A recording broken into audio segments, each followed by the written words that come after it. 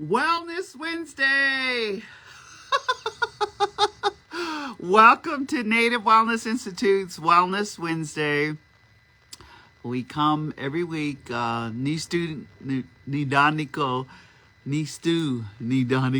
Makoyo Sakoi. And my IRS name is Theta Newbreast, and we welcome you to 2025. I swear, it's just I'm of course the back of my mom's bedroom.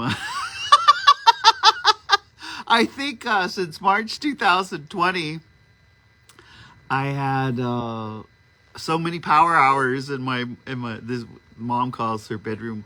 And sorry if whatever, this is his mom's bedroom in Browning, Montana. So I'm visiting her, and of course I come into the house and when you come into your mom's house, and we were sitting there, we've been visiting all morning, and she goes, "Can you smell that?" And I go, "What, Mom?" Because like sometimes Mom smells, our ancestors or things. She goes, "Those beef ribs I'm baking for you." So, like I said, "Mom, that's how they sell houses. They put in a roast. And when they show them the house, they like how they buy the house because they can smell." I said, "Well, those." So anyway, Mom's roasting some beef ribs. We're having some roast beef ribs. So welcome to Wellness Wednesday, Native Wellness Institute. We're an NGO, which means we're non-government operations. So that means no white people are bossing us around. I just love it. We're all Indian board, all Indian staff, all Indian consultants, and we vet everybody. It's not about a resume. We come and we look at you, we see how you behave, we see how you talk, we see who your relatives are. That's how Indians fact check. And then they just go, "That's a fake ass Indian."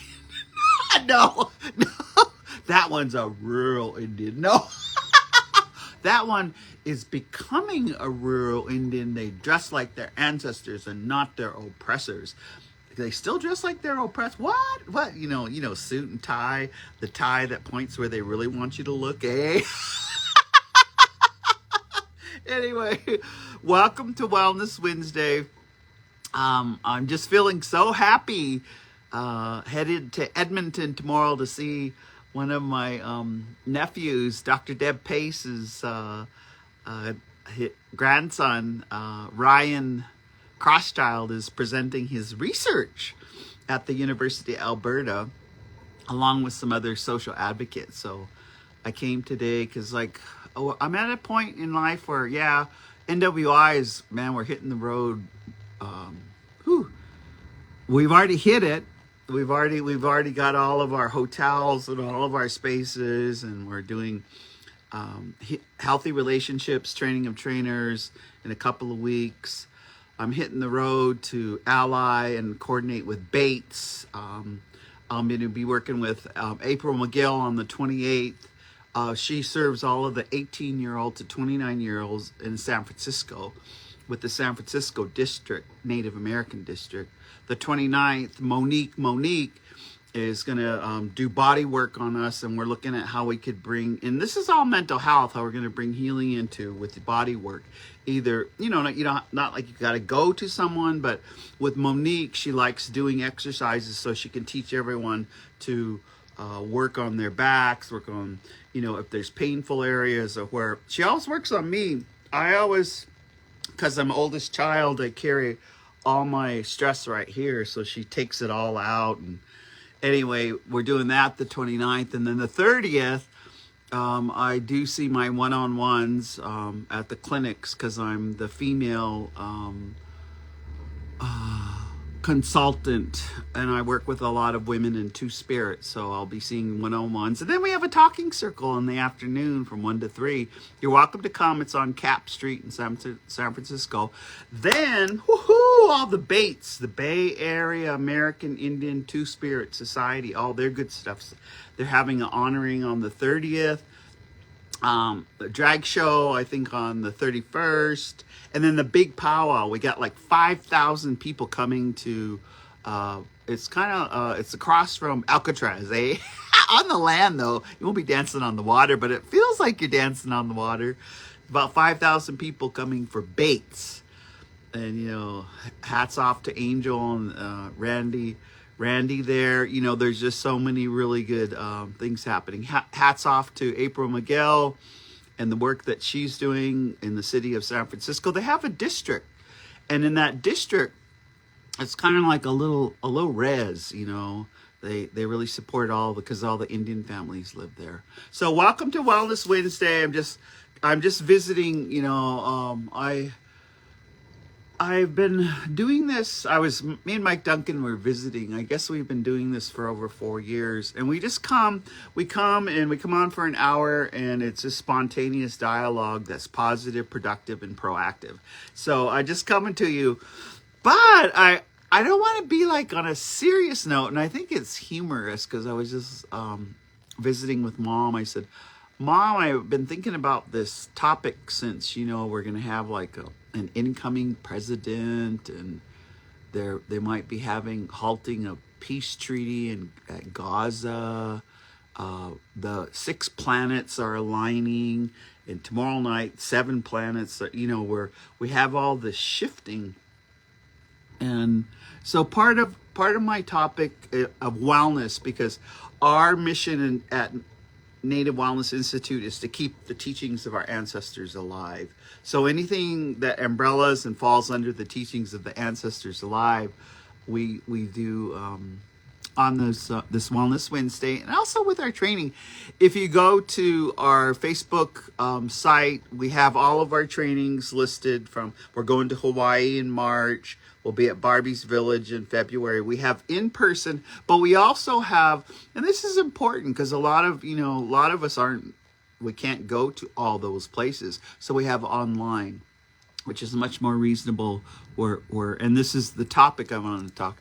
If you're tethered, and I don't mean like, not in, if you're tethered to a job that doesn't let you travel, or you're tethered to a location, or you're tethered to a marriage, or you're tethered to children, or you're tethered to the Republicans. If you're tethered to the Republicans, bye, you don't have to watch us. Eh?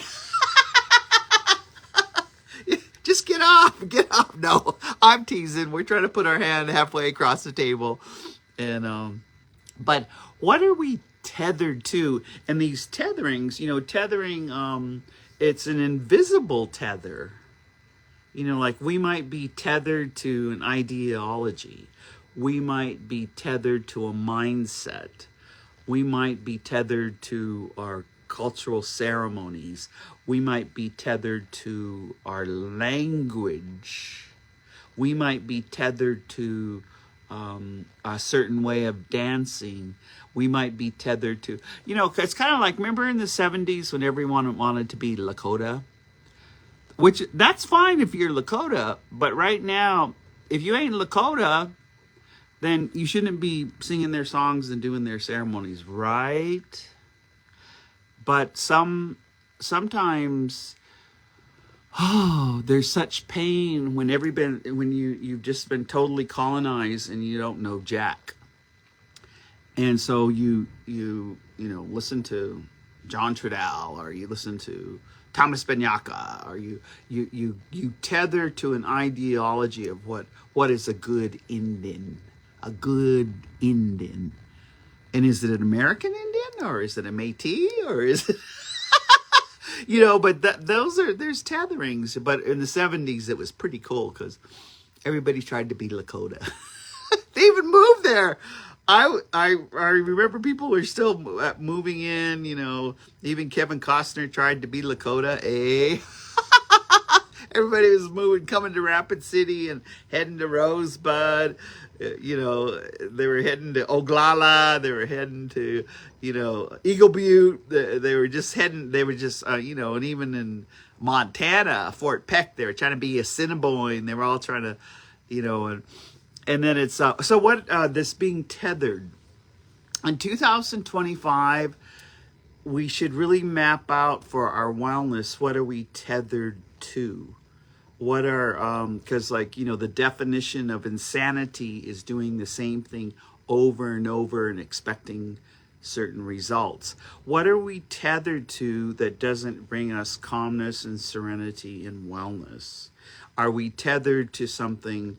And it might be, an ideology. Like I know this January, a lot of women with body image, and men too. Men have body image. Two-Spirit definitely have body image. The body image. Are you tethered to, in America, let's see, even, the avatars and even on our social media, are you tethered to a certain shape of a person is when you're good looking? Because Indian women, buffalo hips and antelope legs, and we be sexy. Our Indian men, they look like they're 9 months pregnant, but they're sexy. No, their belly. I like how our Indian men are shaped.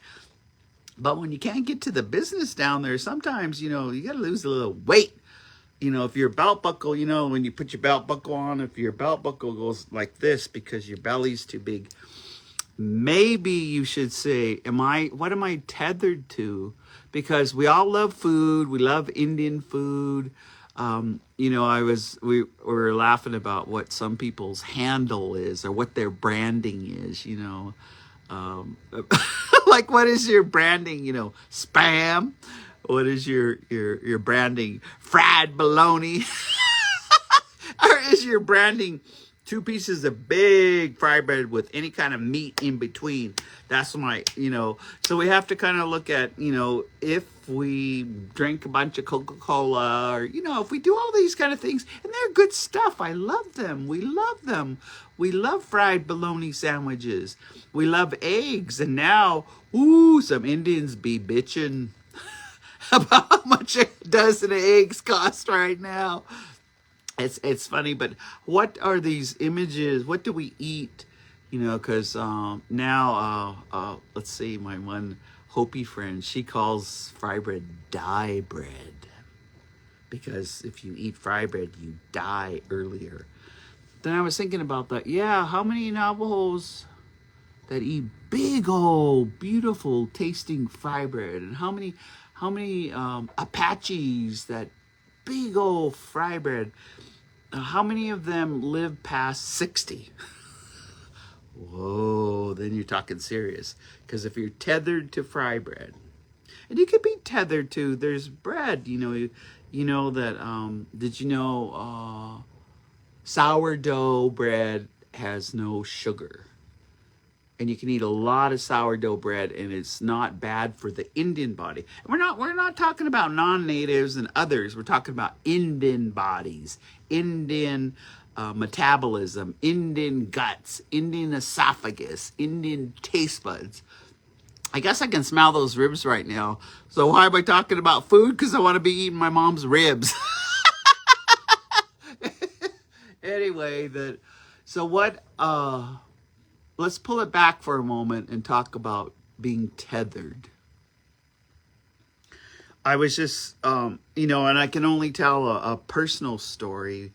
I was tethered very young, because when I was born in 1956, and they didn't have kindergarten and they didn't have Head Start and all of that. You just went into first grade.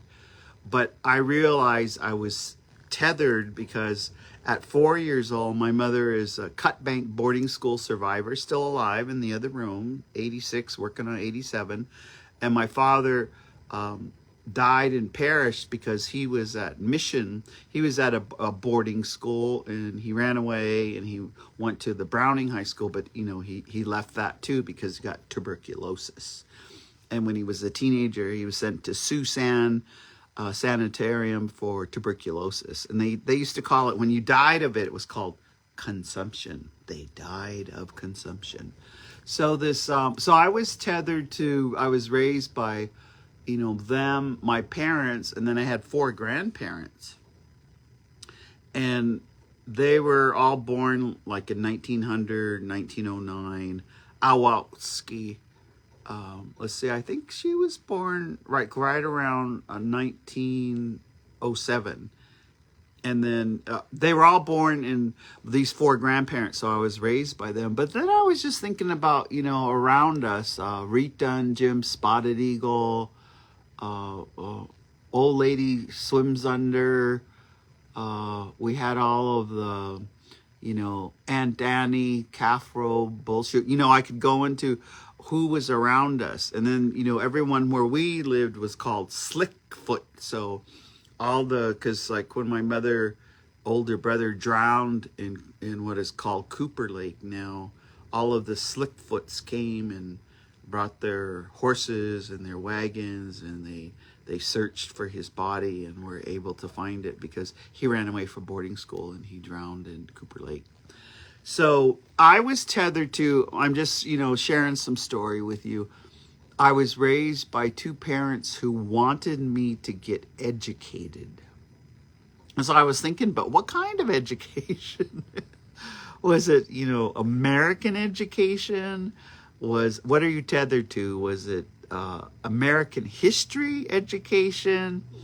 Or was it Blackfoot? Because, Grandma Atstanikiwa, being raised by her, Grandma, she's the one who I just watched her save all of her hair and talk about when you braid your hair, it's mind, body, and spirit. She was delivering babies, and she could deliver breech, where the feet come out first, and was able to turn it around and deliver babies. And she had skunk medicine. Grandma used to take skunks, and after she killed them, she would bury them and sing songs over them.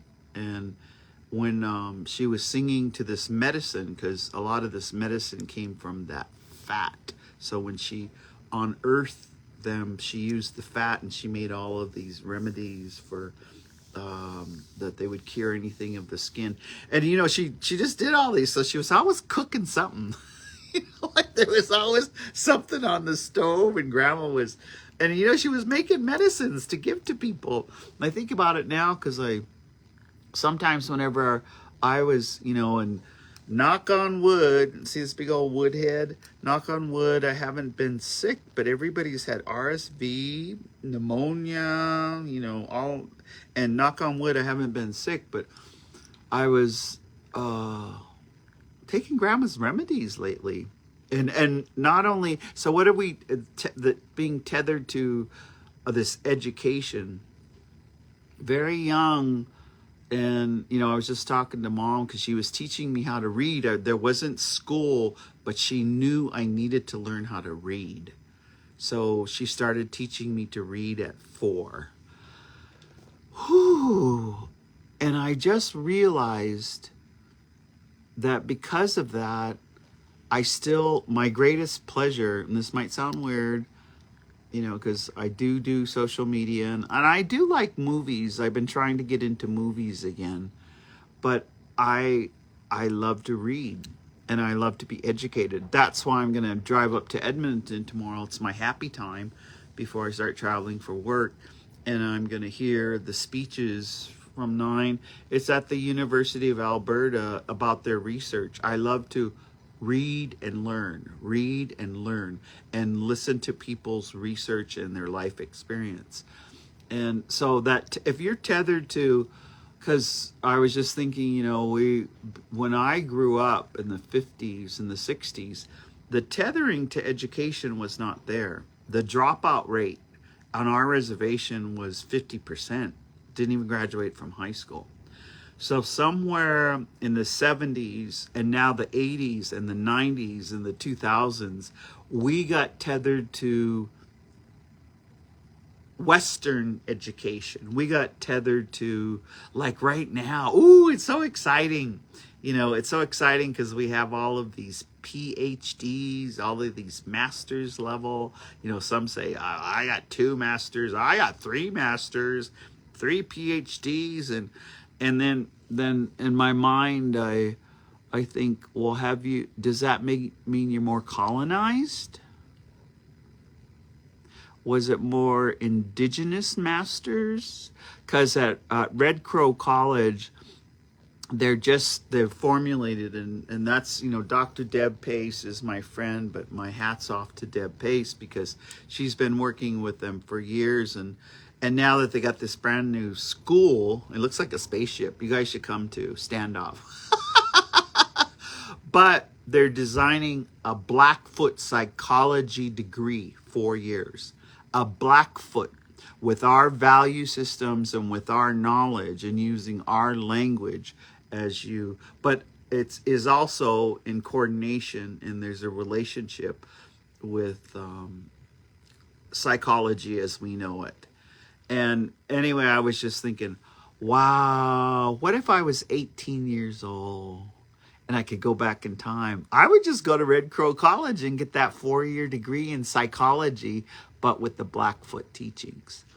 So what if there's 38 tribal colleges. What if every tribal college had a degree with the tribe in that area? Stone Child had Cree, Chippewa Cree psychology. What if Crow Nation, at their tribal college, that they had Apsalaga Crow psychology? What if at Salish Kootenai, over at Polson Way, what if they had Salish Kootenai psychology? And, with White Clay, what if White Clay at Balnap had White Clay psychology degrees? And then we could just go on and on. Northern Cheyenne. Oh gosh, the Southern Arapahoes, the Southern Cheyenne and Arapahoes, they just finished the run and ran into lame deer. And the stories I heard when I was in Wyoming from the Arapaho about how they raped and pillaged, just like in Gaza, they raped and pillaged and killed, the massacred, and how they're commemorating their ancestors. I saw a video this morning as they were running into lame deer, and thank all of our runners there, and all of it. It was just this crowd of young people running on behalf of their ancestors, reclaiming the breakout and how they ran and how they survived. And that was how I saw that, and I rolled with tears. So right on. But what are we tethered to? In 2025, as you're mapping out your healing, and this is, just think, because that's one of my maps right now is, yes, I'm going to work real hard in that, helping with healing, but I'm also, at 69 years old, I'm going to map out self-care and self-compassion and taking care of myself. And that, with boundaries and stuff, what are we tethered to? What are Indians, real Indians, what are they tethered to you? Because sometimes, like if we're an academician, there's a tethering. They have to publish. They're tethered to publishing. They're tethered to writing a book. Their whole being is to stay in academia. Wow. What if we were tethered in a different way to, like, say, our language, and just learning how tethered to keeping our language alive, with immersion school from the time they're in diapers, speaking your language, our language, besides English. And what if, that we were tethered to a value, like we often, Native Wellness Institute, we're saying lateral kindness. What if we were tethered to kindness instead of reactionary, cussing people out, like Blackfeet, they all say, I just cussed her out, or I just ripped her a new one, whatever, all that kind of immature, childish, baby behavior, what if we were tethered to walking, and it's almost I have to hold my hands up to Buddhists, and hold my hands up to real Christians that are kind, are real, our elders that just go out and their whole frame of mind is to be kind. Even if you see someone who is out of sorts or not the best person, you don't retaliate, but you meet them where they are. And soothing and talk to them and listen to them. When you're actively listening to someone, that's the greatest gift, is to hear them out. An untreated codependent will start giving them advice right away of what they should do, but just don't do that. Just listen to them and say, I'm here for you. Or, wow, I really heard you this time. You must be so courageous. You must be so brilliant. You must be, man, you're a warrior because you went through that and you're on the other side and you can reflect and make better choices. And make better choices. But of course, badass auntie, I just think about, like, sometimes women are tethered to me. I don't want to judge, but I do judge. We were talking about cowboys and cowgirls in my mom's day, and then cowboys and cowgirls in 20 years later, and then cowboys and cowgirls now. And I said, yeah, Mom, I was listening to these Blackfeets talk, and they go, yeah, when they're a real good cowgirl wife and they go to work and they got good credit and they buy the horse trailer and they buy the truck and they dress him up in Wellington boots and cowboy hat, and it's like they're tethered to upholding this man, and he may not even have a job. But they got a good cowgirl wife, so that might be some kind of tethering. Yeah, that does sound judgmental, but we see a lot of it right now. But what if you're tethered to, because Mom's telling me, all of the history of our grandma's 13, my great uncles, great aunts, her. What if you have 13 children? Of course, as a man or a woman, and a man, I'm just going to talk because I haven't been a man yet, or I'm not in this life. But what if you had 13 children? So then you have 13 tethered. You're tethered to these 13 children. And we are, because here I am, 69 years old, still tethered to my mom, in the sense that I check on her, we visit, we talk about what books she's reading. Because right now, she's just reading a couple books a week. And anyway, we're planning some stuff for the future. Plus, she just got over RSV, and it was scary as hell for us.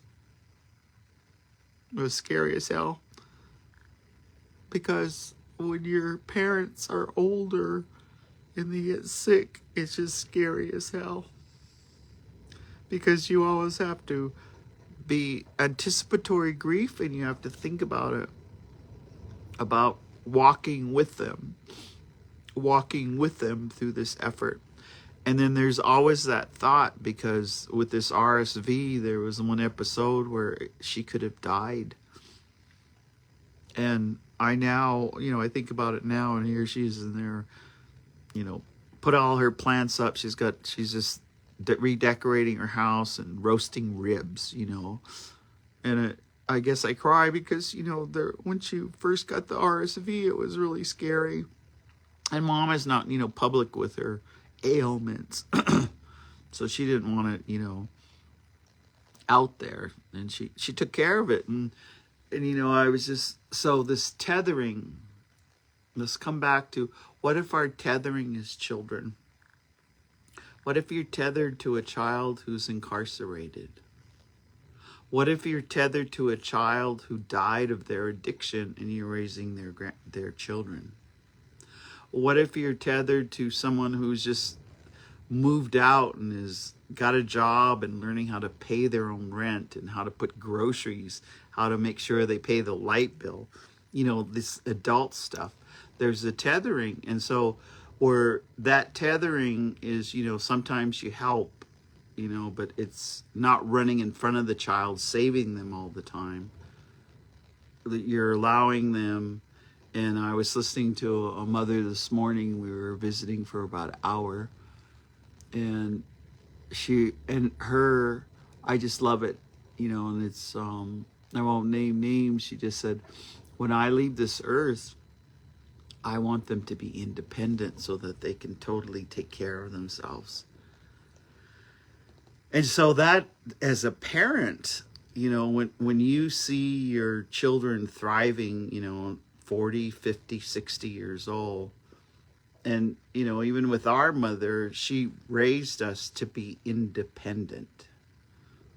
And were we tethered to, because we used to hear, you better move out of the house when you're 18 and have your own income.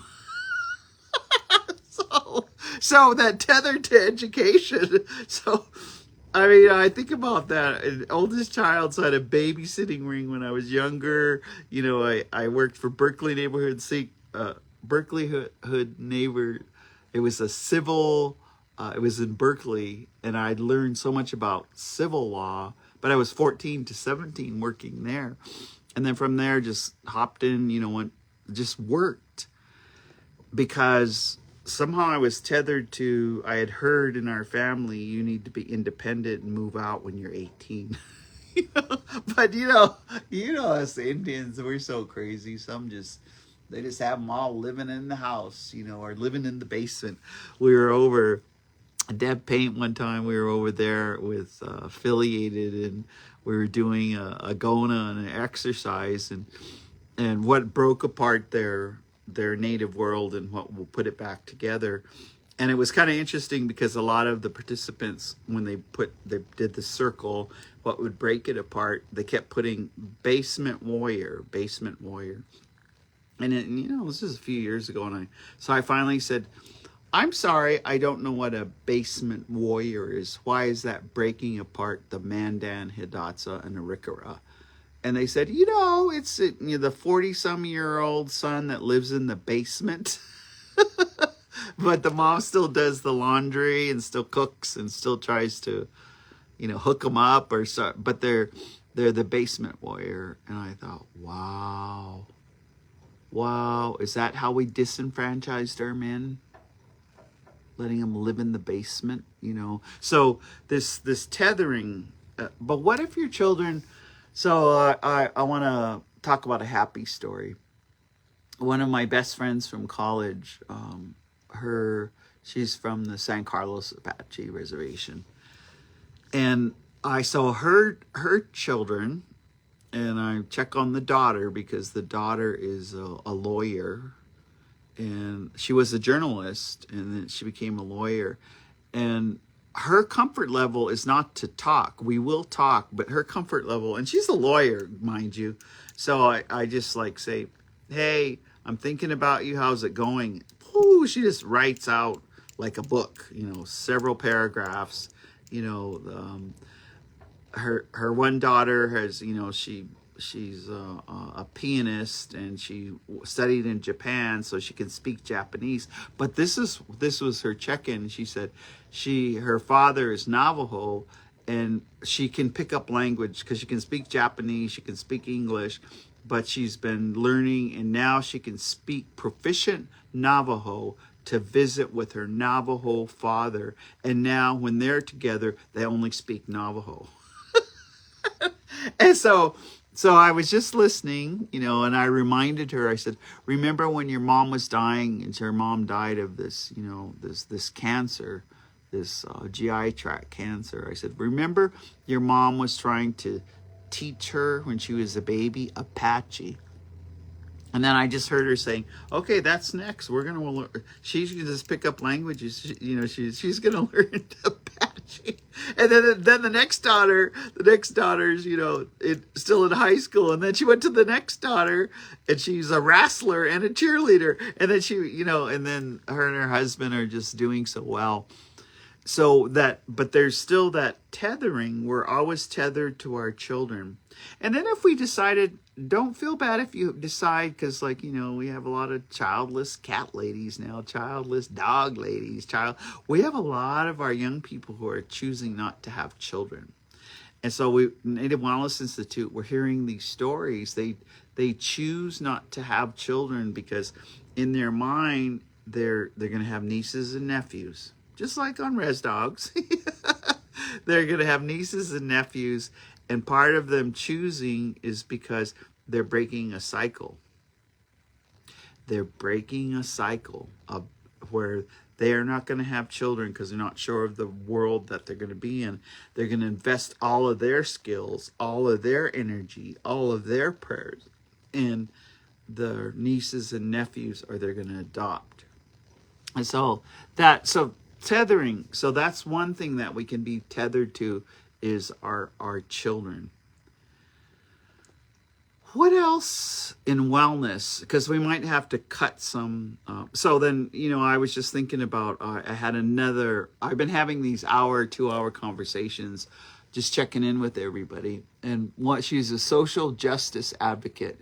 She was a police officer for 26 years in California. She now lives in Montana. And I was just loving visiting to her, because she said she's tethering and she's narrowing her focus, because when you get older, you can spin plates and you can be on, this board of directors, this board, this effort, all these volunteer. And you are, when you're raising children, you have to do that. You have to be in wrestling. You have to be in basketball. But she was just saying she's, for her wellness, and I'm sharing it with you now, because if you're over 50, 60, 70, then you have to take the good energy that you have and you have to narrow your focus. And so I shared with this friend, I said, yes, this past year and a half, I resigned from Red Nations Film Festival. In past July, I finally resigned from Sovereign Bodies Institute. And then I went on resigned from all of my boards, and I just joined one new global board, as well as, of course, I am married to Native Wellness Institute, because our team and our philosophy, I am in it. I'm not going anywhere, but I'm changing status. And so we were talking about narrowing our focus, where we take some things we say no to. We have boundaries. We don't insert ourselves. We don't get into it. So think about that. What are you tethered to? Because, how can a person, because I did this, guilty, how can I be on 7 boards, having a full-time job, raising my daughter, taking care of the household, and then doing my ceremonial responsibilities? Is that too much, or is that manic? What are we tethered to? So what other things can we be tethered to? Like, I was just listening to, remember January 6th, where there was almost a violent, brutal takeover of our government in 2021. And now that the narrative, they've rewritten it, are you tethered to the real truth? Or are you going to believe that it was just some tourists acting out? Are we tethered to historical truths? Are we tethered to a narrative that someone wants us to believe? And so in 2025, so let's just talk about what kinds of things can we be tethered to? And I just have to say, we have to surround ourselves with like minds and taking care of mind, body, and spirit. You have to have friendships where you're giving as much as they give to you. There's a reciprocal gifting to each other. There's where they love you so much, they're going to tell you the truth, or they're going to check on you, and they're going to bring wellness into your arena, and you're going to It's like you get to grow. And that's also, you know, in relationships.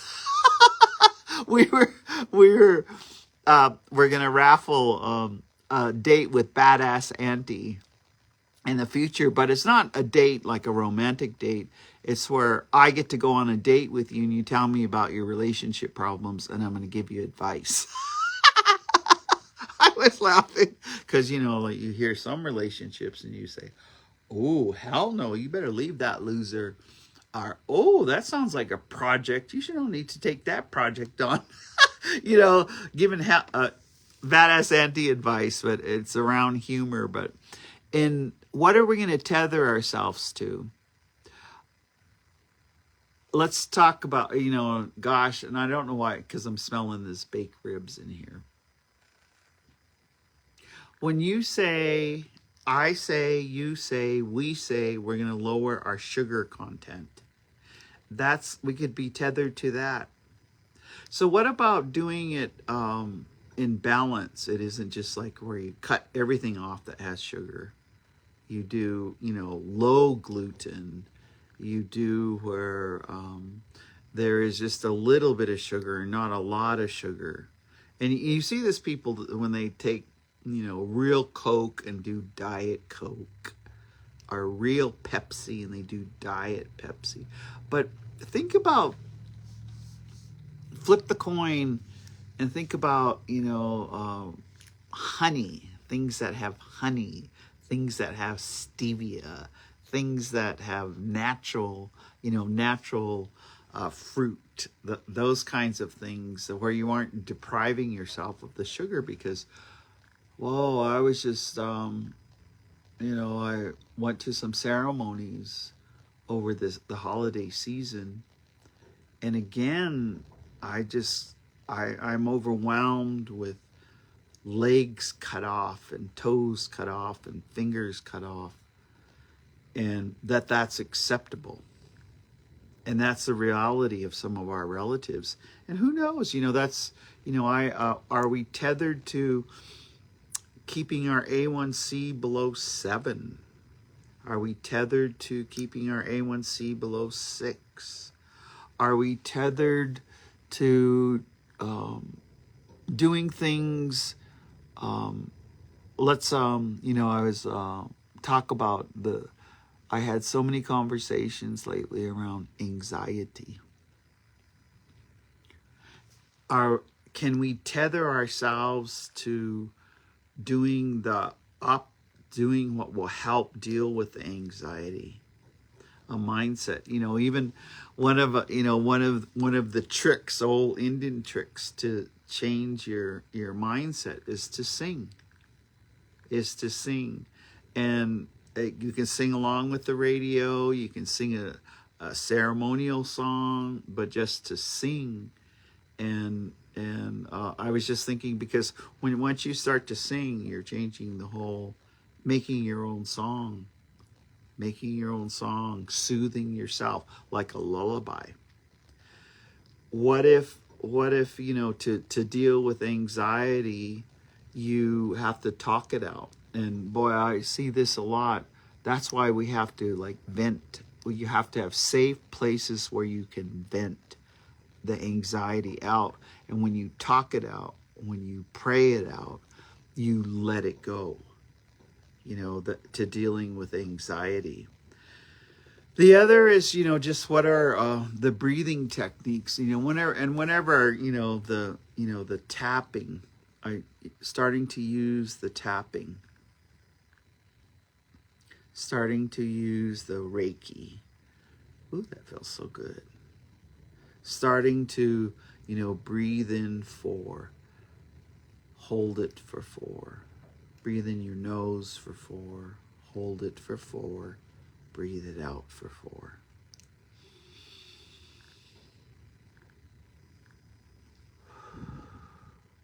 Doing breathing exercises. You could be tethered to that. I've been practicing that one. So like when I'm driving into town and it's real slick roads, like, you know, where your vehicle could slide, you know, just relaxing into it and paying attention to my breathing rather than, you know, white knuckling it and or you're in situations where it's not as comfortable. You just do your breathing exercises. But what else can we do about anxiety? I just hear it so much. I had to go out because my niece, Shailene Joseph, I just love Shailene because she helped Badass Auntie. I always colored. It was when I was a child, but she also helped me redefine bringing down my level of anxiety by coloring. And so I bought 3 new color books when I was in Banff when we were making that movie. and I have them. So what I've started to do, because I have rituals and you have rituals. What are your rituals when you softly and gently wake up? Not just hear the alarm and start running and bitching and get out the door. But one of the, and thank you, Shailene Joseph, is I have my color books right where I sit as I'm waking up, because I have to start fire because I live in winter right now. But I just pull out a page and I write down my dreams, because I keep a dream journal about what I'm dreaming. There's a lot of good reflection. But I just start, and I found these really nice brush coloring. I color. And I notice that helped me get in this it's a meditative peacefulness. And then Shailene, you'll be I guess I'm talking to Shailene. I'm going to dance at Bates in San Francisco, and I have these moccasins. They're fully beaded moccasins that my daughter got me in 1999. But I also have blowouts on the side because there's a rubber sole and they're fully beaded. So I was just noticing yesterday that there was a lot going on, but I just stopped for a moment and I thought, I got new Glover needles and I just started repairing my moccasins. Hour and a half later, I'm seeing the strength I got. And, I should use the thimble, but I use my acrylics for a thimble. And I sat there and I thought, and I caught myself, I thought, that's why our people beaded in the winter. That's why our people wove. That's why Mike Duncan is making his grandson's cradle board. And I was just, because you have to, it's like praying, it's methodical, and you have to pay attention so you don't break the needle. You have the tension, the sinew, and it took about an hour and a half, and I fixed that one. We call it a fix, the blowout, so I can dance February 1st in San Francisco. But I was just sitting there, and I had to sit there because I felt so peaceful. My mind, body, and spirit just felt so good because I had repaired my moccasin, and I looked at my moccasin, and I started thanking my moccasin for dancing me since 1999, because I have fully beaded leggings and they were a gift. And I just started talking to my moccasin, like, thank you for taking me through, I had knee surgery when I got my headdress transfer. Thank you for not only dancing at, ceremonies and powwows. I remember one time I had my moccasins on and I was running through the airport. Anyway, I was running through the airport.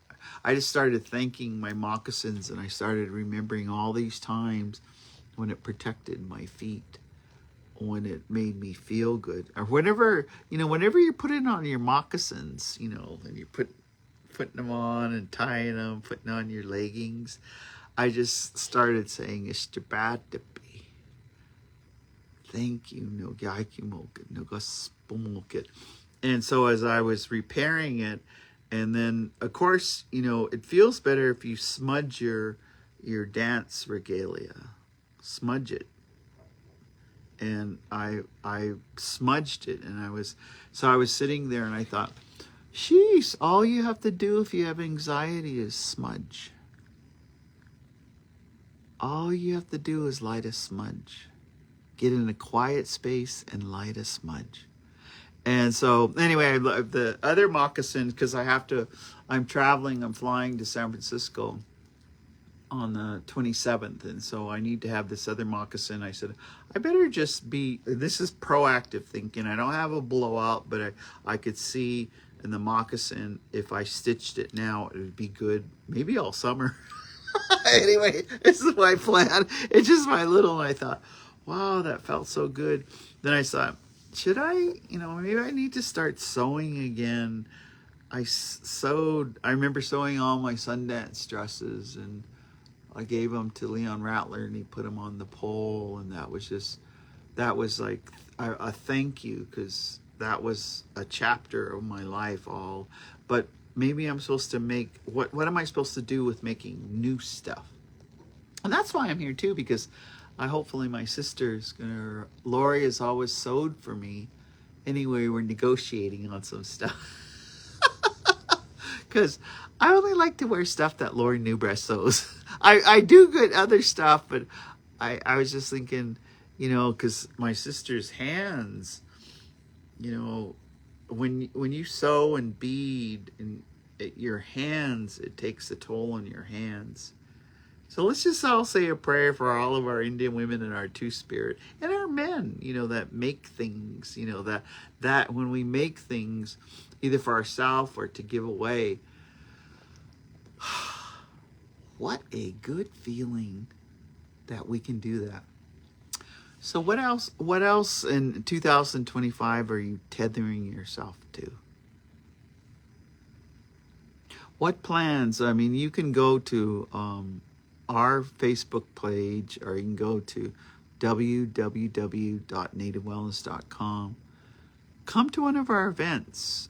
We're going to be in Hawaii, March 11th, 12th, and 13th. And then also May at Barbie's Village, we're going to have men in wellness, women in wellness, and Two-Spirit wellness. It's like a Two-Spirit Gona, a men's Gona, and a women's Gona. And we might have some forgiveness in between, but we're all going to be in the same space. We have a gathering of a Gona TOT. We have adults working with youth. We have all of the schedules there. And I plan on being on with most of them. And then we're also, Native Wellness is, now that the pandemic is over, we're starting to look at how we can go back to Australia. And I think that's going to happen soon.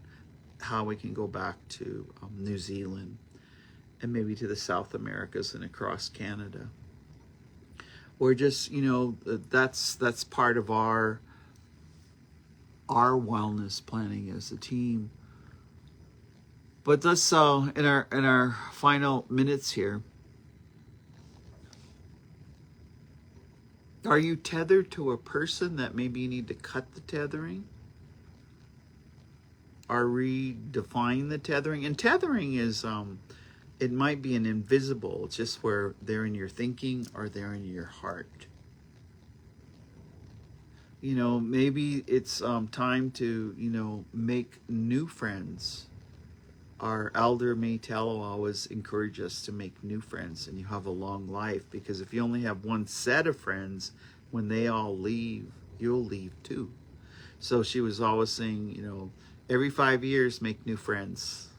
And I was just thinking about that lately, because I do have my good friends, but maybe I need to make some new friends. So make a prayer.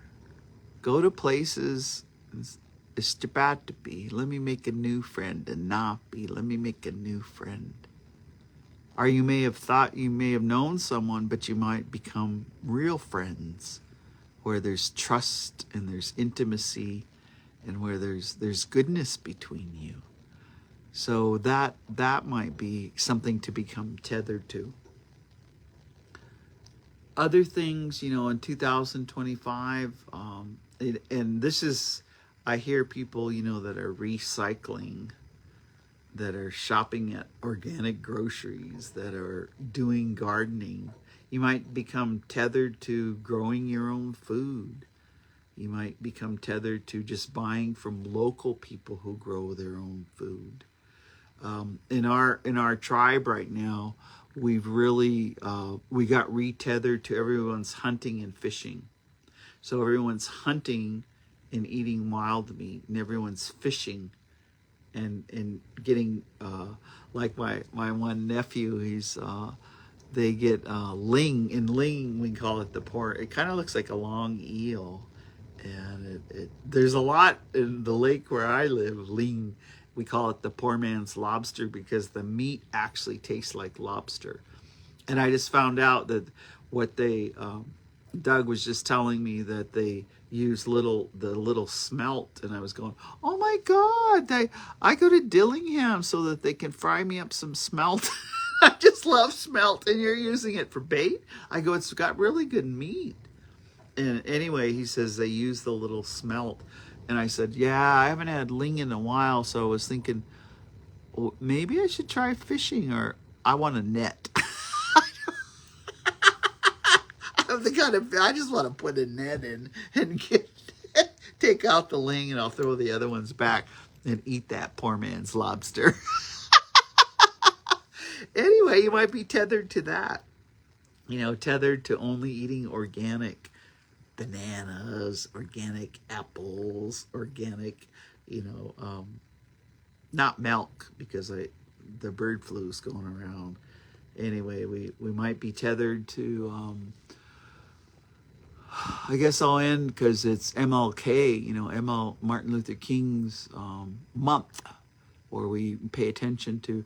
MLK had so many sayings, but I love the saying.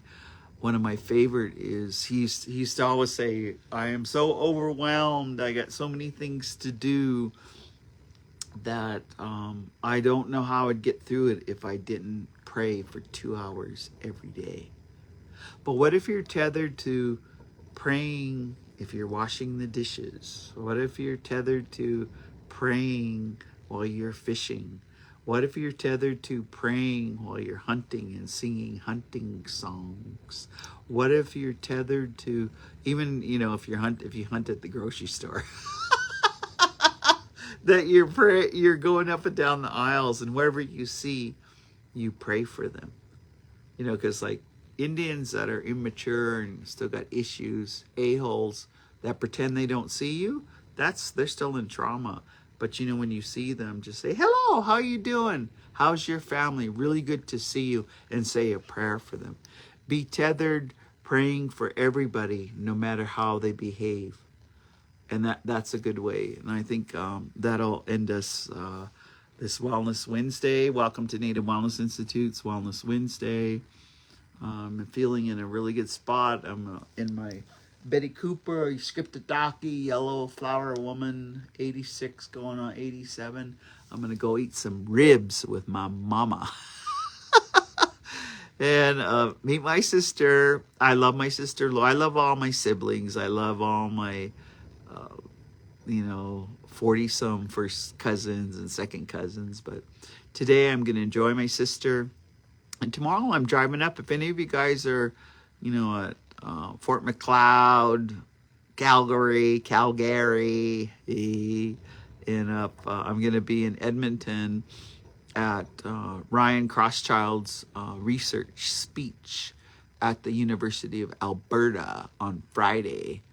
And I'm just going to leisure. I'm going to go around and look at some things, say some prayers, drop some tobacco, and visit. And who knows, I might meet someone brand new that I get tethered to. Hey.